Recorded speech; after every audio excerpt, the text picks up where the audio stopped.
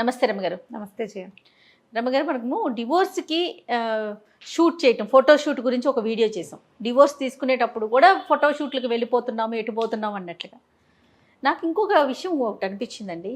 ఎంత లక్షల్లో ఖర్చు పెట్టి పెళ్ళిళ్ళు జరుగుతున్నాయి కదా. ఒక 2 నెలలు 3 నెలలు నెలలోపే సంవత్సరంలో విడిపోతున్నారు. ఈ ఖర్చుల పరిస్థితి ఏంటి రమ్మగారు? ఎవరు భరించాలి? అది పెద్ద క్వశ్చన్ కదా, చాలా పెద్ద ప్రశ్న. తల్లిదండ్రులకు కదా రమ్మగారు ఇబ్బంది. ఇప్పుడు పిల్లల డివోర్సులు, పిల్లోడు విడిపోతాడు, పిల్లలు ఎంత బాధపడతారో, పేరెంట్స్ అంత నలిగిపోతారు జయ. ఆర్థికంగా, సామాజికంగా చెప్పలేరు. ఎంత ప్రెషరో, ఎంత బాధపడతారో చెప్పలేని బాధ. నేను కూడా అదే అనుకుంటాను జయ. ప్రీ వెడ్డింగ్ షూట్ గురించి చేసాము. అవునవును. వాళ్ళు ఈ వెడ్డింగ్ షూట్, పెళ్లి కనుక ఆగిపోతే ఈ ఖర్చులు ఎవరు భరించాలి అని. ఇప్పుడు డివోర్స్ తీసుకుంటే ఖర్చులు ఎట్లా? డివోర్స్ తీసుకున్నారనుకో ఒక అమ్మాయి అబ్బాయి, ఆ అమ్మాయికి ఏమైనా ఆస్తులు కనుక ఇస్తే, కట్నం ఇస్తే కట్నం వెనక్కి ఇస్తారు కదా. మరి ఆస్తి స్వాస్తి ఏమైనా ఇస్తే అవి కూడా జనరల్గా ఆడపిల్లలకే ఇస్తారు, మగపిల్లాడికే. అంటే అల్లుడి పేరు మీద రిజిస్ట్రేషన్లు అవి చేయట్లేదు కదా ఇప్పుడు, ఆస్తులు వెనక్కి ఇస్తారు. బంగారాలు కూడా ఏవో కొన్ని రాబట్టుకోగలిగిన పిల్లలు జాగ్రత్తగా తమ దగ్గరే ఉంచుకుంటూ తెచ్చుకుంటారు వెనక్కి. ఈ పెళ్ళికి కనీసం 10 లక్షల నుంచి మొదలుపెట్టి ఎన్ని లక్షలు అవుతుందో జయ. పువ్వులు, ఫ్లవర్ డెకరేషను, మాకు అది వెనక్కి రాదు, మాకు ఇది వెనక్కి రాదు, మాకు అదేదో కావాలి, మాకు ఇదేదో కావాలి. ఫోటోగ్రఫీకే 5 లక్షల నుంచి మినిమం 5 lakhs. సపరేట్గా ఒక గ్రూపే వర్క్ చేస్తుంది రమ్మగారు. వర్క్ చేస్తుంది. అక్కడి event management, marriage event management ఇవన్నీ చేయిస్తారు. తీరా వీళ్ళిద్దరూ సమస్య లేకుండా డివోర్స్ అవుతున్నాయని మనం అనలేం. సమస్యలు ఖచ్చితంగా ఉంటాయి, కానీ సార్టబుల్ సమస్యలు. ఇద్దరు కూర్చుని, ఫ్యామిలీలు కూర్చుని సర్దుకోగలిగే సమస్యని ఓ డాక్టర్ ద్వారా సర్దుకోగలిగేదాన్ని కానీ, నలుగురు మాట్లాడి చేసుకోగలిగేదాన్ని కానీ సార్ట్అవుట్ చేసుకోవట్లే. తర్వాత ఈగోలకి పోయి, అలాగే ఇంట్లో పెద్దవాళ్లే అతిధోరణికి పోయి, కొన్ని కేసులు వింటాను జయ నేను. అంటే మన దగ్గరకు వచ్చిన కేసులని కాదు, జనరల్ చుట్టాల్లో అక్కడ వింటా. అమ్మాయి అబ్బాయి ఇద్దరు బాగానే ఉంటారు, వాళ్ళ అమ్మతోటో, వాళ్ళ చెల్లెలతోటో, వాళ్ళ నాన్నతోటో సమస్య. ఇంకొన్ని కేసుల్లో ఆడపిల్ల తల్లిదండ్రుల సమస్య. అమ్మాయే కావాలి అతనికి, వాళ్ళ అమ్మ నాన్న పనికిరారు, వాళ్ళ మొహం కూడా చూడనివ్వడు, తల్లిదండ్రుల మొహాలు కూడా చూడకూడదు, వాళ్ళ దగ్గరికి వెళ్ళకూడదు, వాళ్ళతో కలిసి ఉండకూడదు. వాళ్ళ అమ్మా నాన్న మొహం నాకు నచ్చదు, మీ అమ్మా నాన్న నాకు నచ్చరు అని చెప్పుకుంటున్నారు. అతివాగుళ్ళు వాక్కుంటూ ఉంటారు, పని బాట ఉండదు. ఇప్పుడు పిల్లలు అసలు ఎలా మాట్లాడుకుంటున్నారు, చెప్పేసుకుంటారు. మీ అమ్మ మొహం నాకు గిట్టదు, మీ నాన్న మొహం నాకు గిట్టదు, వాళ్ళకి మర్యాద లేదు, వాళ్ళకి అది లేదు, ఇది లేదు, నన్ను అల్లుడు గారని పిలవట్లేదు. ఇలాంటి పాయింట్లు బోర్డు ఉంటాయి. ఓపెన్ అవ్వటం అంటే అన్నీ అయిపోతారు. అవి సార్ట్ అవ్వవు, చావవు. కానీ చాలా కేసెస్ చూస్తారు కదా రమ్మగారు మీరు రెగ్యులర్గా. అన్నీ అంటే కొంచెం కూర్చొని మాట్లాడుకుంటే సార్ట్ అవుట్ చేసుకునే సమస్యలే గమనిస్తున్నారా? ఉంటాయి జయ. అవే ఇప్పుడు కొన్ని చిన్నతనం నుంచి ఒక బ్యాడ్ అట్మాస్ఫియర్లో పెరిగినటువంటి మగపిల్లలు, వాళ్ళ ప్రవర్తన సరిగ్గా ఉండదు, అన్నిటికీ కొడతారు, దానికి కొట్టేస్తారు. లేదా తాగుబోతనం, తిరిగిపోతనం. ఎంతమందో ఆడాళ్లతో స్నేహాలు, వైఫ్ను మనిషిగా కూడా పరిగణించరు. ఆమె డబ్బంతా లాగేసుకుంటారు. ఉద్యోగం చేస్తుంటే మొత్తం డబ్బంతా వాళ్ళే లాక్కుని 5-10 చేతిలో పెడతారు. వచ్చిన డబ్బునేమో ఎక్కడ తగలబెట్టేస్తారో పెళ్ళానికి చెప్పరు. అమ్మాయి జీతం తీసుకునేటప్పుడు అమ్మాయికి చెప్పాలని ఇంగితం పడరు. నీ డబ్బులు నువ్వేం చేస్తున్నావో చెప్పకపోగా ఆమె డబ్బు ఏం చేస్తున్నావో కూడా చెప్పడు. అదేమంటే చాలా తెలివిగా సేవ్ చేస్తే తెలివే, ఇంకోటి ఏముండదు. చాలా మంది అక్కడ ఇక్కడ పెట్టి డబ్బులు పోగొట్టేస్తారు చెయ్యి, అప్పుల పాలైపోతున్నారు. పైగా ఏంటంటే మన సమాజంలో ముందు నుంచి పురుషాధిక్య సమాజం మంది. అవునండి. మగవాళ్ళు ఏం చేసినా ఆడాళ్ళు అడగకూడదు, పతియే ప్రత్యక్ష దైవం అని దిగుమాలినవి అన్నీ విని మనం మగపిల్లలు వాటిని నమ్ముతారు, నేనే దీనికి ప్రత్యక్ష దైవాన్ని. అంతేగాని ఆ ప్రత్యక్ష దైవపు రోజుల్లో ఆడవాళ్ళు ఇంట్లో ఉండేవాళ్ళని, దాన్ని రక్షించవలసిన 100% బాధ్యత మొగుడిదేనని గ్రహించరు. బయటకు పంపించి ఉద్యోగం చేయించాలి, కానీ దాని డబ్బులు ఏం చేస్తున్నావని మాత్రం నువ్వు చెప్పొద్దు, నిన్ను అడగొద్దు. అలాంటి ధోరణిలోనే ఉంటారు. ఇలాంటివి ఉన్నప్పుడు డివోర్స్ అయిపోతాయి జయ. సమస్యలు ఉన్నప్పుడు డివోర్సులు అవుతాయి. సంతానం కలగదు, లేదా ఏదో ఫిజికల్ థింగ్స్ సరిగ్గా కుదరవు, అవుతాయి, పర్వాలేదు. అలా కాకుండా వీళ్ళు ఆర్థికపరమైన వ్యవహారాల్లోనో, లేకపోతే యుగోలకు పోయో, వేటుకో చిన్న చిన్న మాటలు, అబ్బాయి నా మాట వినలేదని, లేదా నేను అడిగింది చేయలేదని, గిఫ్ట్లు ఇవ్వలేదని, సరిగ్గా ఉండట్లేదని, ఇలాంటి వాటితోటి మొదలుపెట్టి గొడవ పెంచేసుకుని డివోర్స్ అయ్యే వాళ్ళు కూడా కనపడుతున్నారు ఇప్పుడు. పెళ్ళిళ్ళు అయిపోతాయి. ఆ అబ్బాయికి వేరే ఎవరో ఉంటారు, ఎందుకు పెళ్లి చేసుకుంటాడో తెలియదు. ఈ అమ్మాయిలు కూడా వీళ్ళకి వేరే ఎవరో ఉంటారు, పెళ్లి చేసుకుంటారు, పెళ్ళి అయ్యాక డివోర్స్. ఖర్చులు రమ్మగారు. ఇప్పుడు ఈ ఖర్చు చూడు, ఈ అమ్మా నాన్న వీళ్ళు ఎంత భోజనాలకి ఎంత ఖర్చు పెడతారో, డెకరేషన్కి ఎంత ఖర్చు పెడతారో, పిల్లల బట్టలకి పిలుపులకి. వేధవ శుభలేఖలు మొన్న వచ్చింది, 5 కార్డులు ఉన్నాయి దాంట్లో, ఇంత పుస్తకం లాగా ఉంది, కాశీ మజిలీ పుస్తకం అంత పుస్తకం అది. దానికి 800 1000 పెట్టినట్టున్నారు కార్డుకి. ఈ వేలన్నీ దండగే కదా జయ. మరి కలిసి ఉంటే సంతోషం, అసలు మాట్లాడుకునేదే లేదు. ఈ ఖర్చు అంతా కలిసి ఉండటానికి. ఇప్పుడు మన డాంబికానికో మన బడాయికో ప్రెస్టీజ్ ఇష్యూ ఇప్పుడు అయిపోయింది. తండ్రి ఏదో పెద్ద ఉద్యోగంలో ఉన్నాడమ్మా, పెద్ద వ్యాపారం, పెద్ద కుటుంబం, గ్రాండ్గా చేయాలి. వాళ్ళ కజిన్స్ గ్రాండ్గా, వాళ్ళు అలా చేసుకున్నారు, నాకు ఇలా కావాలంటుంది పిల్ల. ప్రెస్టీజ్ ఇష్యూ ఇప్పుడు అయిపోయింది. ఇవన్నీ కావాలనుకుంటారా? వాళ్ళలాగా కాకూడదు, నాకు ఇంకా అద్భుతమైంది కావాలి, అదేదో కావాలి, నగలు ఎలాగో కావాలి. ఇవన్నీ ఆలోచించినప్పుడు నేను ఇతరులలాగా కాకూడదు, నేను సరిగ్గా ఉండాలి అని మాత్రం అనుకోరు. ఆఫ్టర్ మ్యారేజ్ అది ఆలోచించలేకపోతారు. పైగా కొంతమంది పేరెంట్స్ కూడా సర్దుకోపోతే మానేసేయమని వచ్చేసేయమని వచ్చేయమని పిలిచే తల్లుల్నే నేను డజన్లు చూసే జయ. ఆశ్చర్యంగా తల్లులే నెక్స్ట్ ఆప్షన్ కి వెళ్ళిపోదాం అలాంటి. అంటే బహుశా వాళ్ళ జీవితాల్లో వాళ్ళు చేయలేంది కూతుళ్ళతో చేయించాలని చూస్తారో ఏమిటో పాపం. అలాగే అనిపిస్తుంది. ఇప్పుడు కాంటు పట్టే సిచ్యువేషన్ ఉంటుందండి, దాన్ని ఎవ్వరం కాదనం రమ్మగారు. అది కానీ సర్దుకునే విషయాలు ఉంటాయి, సార్ట్అవుట్ చేసుకునే అంశాలు ఉంటాయి, మాట్లాడుకోవట్లేదండి. దీని మీద అధరాపురపు మురళీకృష్ణ గారిని ఆయన ఒక కథ రాశారు చేయ. ఆ తెలుగు కథల అభిమానుల గ్రూప్ ఉంది కదా, ఆ గ్రూప్లో నేను వారి పర్మిషన్ అడిగి తీసుకునే ఈ కథ చెప్తాను ఒక సందర్భంలో. భలే ఇంట్రెస్టింగ్గా ఉంది. ఒక లాయర్ గారు, చాలా పెద్ద లీడింగ్ లాయర్ సిటీలో, ఆయన కూతురు ఆయన మాట్లాడుకుంటారు. ఆయన ఒక అగ్రిమెంట్ తీసిస్తాడు కూతురికి. ఈ అగ్రిమెంట్ మీద నువ్వు ఆ అబ్బాయి సంతకం పెట్టాలి అని. నేను పెడతాను, అతను ఎందుకు, ఇదేమిటి, ఎవరైనా చేస్తారా ఇట్లాంటి, నేను చేస్తాను, ఎవరి సంగతో నాకు తెలియదు, నేను చేయదలుచుకున్నా, నువ్వు దీనికి ఒప్పుకుంటేనే పెళ్లి చేస్తా, లేకపోతే నేను చేయను అంటున్నాడు ఆయన. ఏంటంటే ఆ అబ్బాయి ఈ అమ్మాయి కూడా ఈ తండ్రి దగ్గరే జూనియర్లు.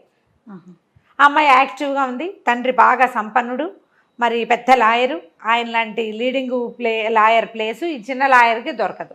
ఈ అబ్బాయికి కుర్రాడు ఏమనుకున్నాడంటే ఈ పిల్లని చేసుకుంటే పిల్లతో పాటు ఆస్తి వస్తుంది, మామగారి ప్రాక్టీస్ అంతా తనకి సొంతం అవుతుంది, పిల్ల చక్కగా యాక్టివ్గా అందంగా చురుగ్గా ఉంది, మంచి వాగ్ధోరణి ఉంది, పిల్ల కొంచెం గట్టిది, తండ్రి గట్టివాడే, పిల్ల గట్టిది. అతన్ని పిలిచింది. పిలిస్తే అమ్మో ఈయనేదో అడ్డం పెడుతున్నాడు, మళ్ళీ కష్టపడి ఒప్పించారు. పిల్ల ఏమందంటే మీరే పెళ్లి చేయాలి, ఎందుకు గ్రాండ్గా కావాలి పెళ్ళి అమ్మాయికి. ఓహో, అందరి పిల్లలకి అంతే కదా జయ, నా పెళ్ళికి అలా ఉండాలి, ఇలా ఉండాలి, బొట్టు ఇట్లా మామూలు బొట్టు ఉండకూడదు, అదేమిటి మధ్యలో పెట్టే తెరసెల్లా అత్యద్భుతంగా ఉండాలి, వాళ్ళ ఇంట్లో వాళ్ళ పెళ్ళిలో లాగా ఉండకూడదు, నా పెళ్ళిలో అందరూ ఇలా డ్రెస్అప్ అవ్వాలి, నా ఫ్రెండ్స్ అందరికీ సేమ్ రకం బట్టలు ఉండాలి, ఎన్ని ఐడియాలు జయ థీమ్స్. అయితే పిలిచిన తర్వాత అది చూశాక అతను ఆశ్చర్యపోయాడు. ఏంటంటే దాంట్లో ఏం రాసింది, రేపు మర్నాడు మీ ఇద్దరు డివోర్స్ తీసుకుంటే నా ఖర్చులు నాకు ఇచ్చేయాలి చెరసగం. తండ్రి రాశారు. ఎందుకంటే నేను ఇంత పెద్ద లాయర్ని, మా చుట్టాలు పక్కాలు అందరినీ పిలవాలి, నేనే చేయాలని మీరు కోరుకుంటున్నారు కాబట్టి, లలిత కోరుకుంది నేనే చేయాలని, నేనే చేస్తా, నేను ఈ చుట్టాలు పక్కాలు అందరినీ పిలవాలి కదా, మరి ఇంత ఖర్చు అవుతుందా, నా స్థాయికి తగ్గట్టు చేయాలి కదా, ఇంత ఖర్చు పెట్టి నేను మీ ఇద్దరికి పెళ్లి చేశాక రేపు మర్నాడు మీరు ఈగోలకో డబ్బుల వ్యవహారానికో మీ ఇంట్లో వ్యవహారాలకో చిన్న చిన్న వాటిని సార్ట్అవుట్ చేసుకోలేకో మీరు విడిపోతే ఆస్తి పక్క పెట్టండి, నా ఖర్చులు ఎవరిస్తారు, మీ ఇద్దరు చెరసగా నాకు ఖర్చులు ఇవ్వాలి, దానికి సంతకం పెట్టు. ఈ అబ్బాయి అన్నాడు మరి మా వాళ్ళు కూడా పెడతారని కదండి ఖర్చు అన్నాడు. అయితే మీ అమ్మ నాన్నతో కూడా మాట్లాడినా అని అడిగాడు ఆయన. వదిలేండి వాళ్ళతో నేను మాట్లాడుకుంటా అని చెప్పి సంతకం పెట్టాడు. ఓహో, మరి ఇప్పుడు మరి ఒకవేళ మేమిద్దరం మ్యూచువల్గా విడిపోతే ఇద్దరు ఇవ్వాలి, ఎవరు విడాకులు అడిగితే వాళ్ళు ఈ ఖర్చులు ఇవ్వాలి. బాగుందండి. లలిత ఒకవేళ మ్యూచువల్గా ఇప్పుడు ఆస్తి అమ్మాయి ఒకతే ఏకైక పుత్రిక కదా, ఆస్తి ఎలాగో అమ్మాయికే వస్తుంది కాబట్టి అమ్మాయికి రాదు, డివోర్స్ తీసుకుంటే నేను ఆస్తి ఇవ్వను. చాలా బాగుంది, ఎంత బాగా ఇరికిచ్చారు చూడు ఆయన. తర్వాత నేను ఆయనతో మాట్లాడితే చెప్పారు, బహుశా ఆయన కూడా ఇదే లాయే చదివి ఉంటారు, నాకు అలా అర్థమైంది వారు మాట్లాడినప్పుడు. ఇది వరకు 6 నెలలు సమయం ఇచ్చేది కోర్టు, 6 months ఉండండి తర్వాత ఉంటుందేమో ఇప్పుడు అది కూడా లేదంటారు. ఈ డివోర్స్లో ఆడపిల్ల మగపిల్లాడు ఎంత నలుగుతారో దానికి 100 రెట్లు పేరెంట్స్ నలుగుతారు. అవునండి, వాళ్ళు సమాజంలో తలెత్తుకోలేకపోతారు. పిల్లల జీవితాలు ఇలా అయిపోయినాయి అని బాధ, ఆ బాధ తట్టుకోలేకపోతారు. ఆర్థిక సంబంధమైన అక్కడి నుంచి వాళ్ళ డబ్బు, వాళ్ళ ఎంత డబ్బు నలిగిపోతుందంటే ఒక పెళ్లి చూపుల దగ్గర మొదలైన ప్రాబ్లము, ఆ ఖర్చు, ఆ పిల్లలు పుట్టేదాకా మధ్యలో పిల్లలు కనుక ఉంటే ఇంకా ఆ పేరెంట్స్ తాలూకు హింస చిన్న హింస కాదు. కానీ ఎలా మాట్లాడుతున్నారంటే రమ్మగారు పిల్లలు కూడా, మీకు మేము భారమా, అలా మేము విడిపోతున్నాము, నాకు అక్కడ నేను ముందుకు వెళ్ళలేకపోతున్నా, నేను విడిపోతా, మీకు ఇష్టమైతేనే మీ దగ్గరికి వస్తా, మీకు భారమైతే చెప్పండి నేను బయటికి నా దారి నేను చూసుకుంటా, నా దారి ఉన్నారు, అలా కూడా ఉంది, అలా కూడా కనిపిస్తుంది. మీరు కనుక నాతో నుంచోపోతే నా దారి నేను చూసుకుంటానంటారు. పిల్లల్ని వదులుకోలేక పేరెంట్స్ లొంగుతారండి, ఏమన్నా చేసుకుంటారేమో, ఎటు వెళ్ళిపోతారు, ఏమైపోతుంది, డబ్బు పోతే పోయింది, ఇవాళ కాకపోతే రేపు సంపాదించుకోవచ్చు, పిల్లలు కదా ముఖ్యం అనుకో. అందరూ సంపాదించుకోలేరు, అందరు సంపాదించుకోలేరు. వీళ్ళ తాలూకు అప్పటిదాకా ఉన్న సోషల్ లివింగ్ కుదేలైపోతుంది జయ. అవును, ఎంత మానసికమైన హింస అనుభవిస్తారంటే డివోర్స్కి ఖచ్చితంగా కొన్ని కారణాలు ఉండాలి. ఖర్చులకు కూడా పెళ్లి చేసుకునేటప్పుడు అమ్మాయి అబ్బాయి ఎందుకు ఆలోచించరు, పెళ్లి అయిన దగ్గర నుంచి నీకు నచ్చకపోతే డివోర్స్ ఇచ్చే, నీకు నచ్చకపోతే డివోర్స్ ఇచ్చే, డివోర్స్ ఇస్తావా, అలాంటి వాగుళ్ళు ఎందుకు వాగుతారు? డివోర్సే ఇవ్వదలుచుకుంటే పెళ్లి చేసుకుని తగలబెట్టం ఎందుకు? అసలు కలిసి ఉండలేకపోతున్నారు. ఎందుకు కలిసి పోనీ ఉండలేవు, పెళ్లి చేసుకోవడం మానే అంటే చేసుకుంటేనే కదా తెలిసింది, చేసుకోగానే స్టార్ట్. జయ రెండో రోజు నుంచి సర్దుకోలేని తనాలు వస్తున్నాయి తెలుసా.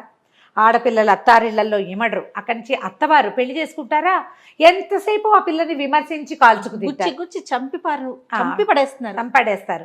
దాంతో పాటుగా వీళ్ళు కూడా ఎంత ఎక్స్పెక్టేషన్స్ ఉంటాయో, ఇద్దరు పిల్లల్ని కలిపేము, వీళ్ళిద్దరూ సమానంగా చదువుకున్న వాళ్ళు, వీళ్ళని సర్దుకోవడానికి కొంత సమయం ఇద్దామని వీళ్ళు కూడా అనుకోరు. ఆడపిల్లలు, ఆడబడుచులు, అత్తగారులు, అన్ని రకరకాల బావగారులు, తోడుకోడళ్ళు, ఇక్కడి నుంచి ఇక్కడ బావమరుదులు, అత్తామామలు, అటు ఇటు కూడా అసలు దేనికి సమయం ఇవ్వకుండా చివరికి సమాజాన్ని పూర్తిగా విడాకుల సమాజం వైపుకి తీసుకెళ్ళిపోతున్నారు. నాకు అది చదవగానే చెప్పాలనిపించింది జయ. చాలా మంచి సబ్జెక్ట్ అండి. ఇప్పుడు పలానా కుటుంబంలో పెళ్లి అని మనం, పిల్లలు ఉన్నారంటే పెళ్లి అని మనం ఎట్లా అనుకుంటున్నాము, పెళ్లి అంటే విడాకులు అనేది వచ్చేసిందండి. మనం వినే వాళ్ళకి కూడా చాలా లైట్ గా అనిపించేస్తుంది. ఇది వరకు సహజంగా విన్నాం, అయ్యో వాళ్ళిద్దరు విడిపోయారంట, డివోర్స్ తీసుకుంటున్నారంట, అది కూడా సంవత్సరాలు నడిచేది. ఈ కోర్టులు కూడా మనకి ఇలాంటి తీర్పులు ఇవ్వటం, ఇలా రావటం, దీంతో చాలా సహజమైనది. ఈ ఖర్చులు పెళ్లిళ్ళకి చెరిసగం పెట్టుకుంటే, అవునండి 50-50 ఒక రకంగా ఉండు. ఇప్పుడు సమాన పాయాలో ఉన్నారనుకో, ఇద్దరు ఇచ్చిపుచ్చుకునే వాళ్ళిద్దరు, కన్యాదాత వియ్యంకుడు కూడా సమాన పాయాలో ఉంటే చెరిసగం చేస్తారు. ఆడపిల్లల దగ్గర డబ్బులు ఎక్కువగా ఉన్నాయనుకోదాం, పెద్ద ఇళ్లలో ఆడపిల్లలు, సామాన్య కుటుంబీకులైన మగపిల్లలు, వాళ్ళ స్థాయిని బట్టి వాళ్ళు ఖర్చు పెట్టగలుగుతారు. సమానంగా ఎలా చేస్తారు, అదో సమస్య. మనం ఇట్లా విభిన్న స్థాయిలో ఉన్న వ్యక్తులు పెళ్లిళ్ళని చూస్తూనే ఉన్నాం మనం. గొప్పకి ఇన్ని ఐటమ్స్, 2000 మందిని పిలవడము, ఇంతంత తిండి ఖర్చులు, ప్లేటు 800 మినిమం ఇప్పుడు. అవునండి, 2000-3000 కూడా ఉన్నాయట. ఇక ఇవే అయితే సెలబ్రిటీ మ్యారేజెస్లో అయ్యే ఖర్చు చిన్న ఖర్చా? పువ్వుల దగ్గర నుంచి గెలలతో సహా అరటి చెట్లు బుక్ చేసేస్తున్నారు. పెళ్ళిళ్ళు ఫెయిల్ అవ్వడానికి అసలు ఎవరు కారణం అవుతున్నారు, ఎవరు అనేది శోధించాలి ప్రతి వాళ్ళు. ఈ పెళ్లి ఫెయిల్ అయిందంటే దీనికి కారణం ఎవరు, ఏమిటి, ఈ ఖర్చు ఎవరు భరించాలి, దీని మీద కూడా మంచి అవగాహన తెచ్చుకున్నాకే పిల్లల పెళ్లిళ్ళలోకి, పిల్లల డివోర్సుల్లోకి దిగాలేమో అనిపిస్తుంది. పిల్లలకి ముందుగానే ప్రీ మ్యారిటల్ కౌన్సిలింగ్ ఎలా చేస్తున్నారు అప్పుడు ఈ విషయాలని చెప్పాలి. అబ్బాయి అమ్మాయి ఇద్దరికి చెప్పాలి. మీ పెళ్లికి సంబంధించి ఇంత ఖర్చులు పెడుతున్నాం. పైగా పిల్లలు ఏమంటారు, పేరెంట్స్కి ఏమైనా ఉంటుంది, ఎండ్ ఆఫ్ ద డే పిల్లల కోసమే, వాళ్ళ కోసం కాకపోతే ఇంకెందుకు అనిపిస్తుంది. ఒకటి ఆడపిల్లలకి ఏమనిపిస్తుంది, పిల్లలకి ఏమనిపిస్తుంది, మా కోసం కాదా ఇది, మేము ఇంపార్టెంట్ కాదా, డబ్బేనా ఇంపార్టెంట్ అంట. డబ్బు ఇంపార్టెంట్ కాదని మీరు చెప్పండి చూద్దాం. మరి సాదాసీదాగా చేసుకోవచ్చు కదా, అలా చేయం కదా. అది వచ్చు నిజంగా ఆలోచించాల్సిన విషయం అండి ఇది మాత్రం. ఇప్పుడు ఆర్థికంగా ముందంజలో ఉన్న వారికి అసలు అవసరమే లేదు. ఎవరైతే కొంచెం మిడిల్ క్లాస్ లో ఉన్న వాళ్ళు కోసం, సమాజం కోసం అని చెప్పి ఇంత పెద్ద ఖర్చులు పెట్టి రెండో రోజే విడిపోయి ఎవరిలో వాళ్ళు ఉంటా ఉంటే ఖచ్చితంగా ఆలోచించాలి. రైట్ రమ్మ గారు, నమస్తే. నమస్తే.